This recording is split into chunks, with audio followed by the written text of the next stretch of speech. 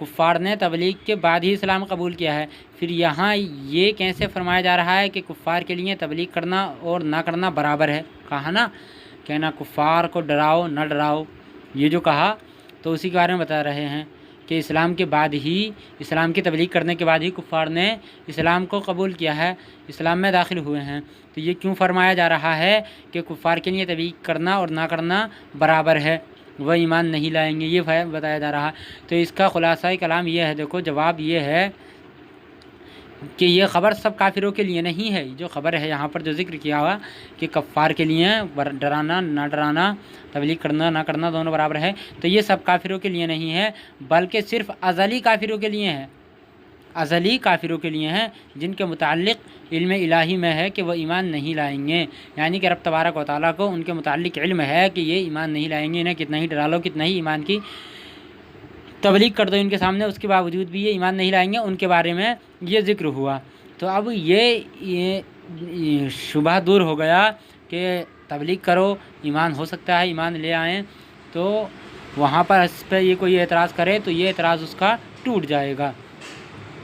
تو یہ ہو گیا آج کا سبق۔ مصنف علی الرحمٰن نے جس کی تشریح کری